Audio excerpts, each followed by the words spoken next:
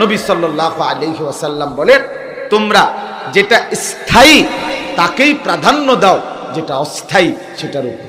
এখন বলেন স্থায়ী কোনটা, অস্থায়ী কোনটা?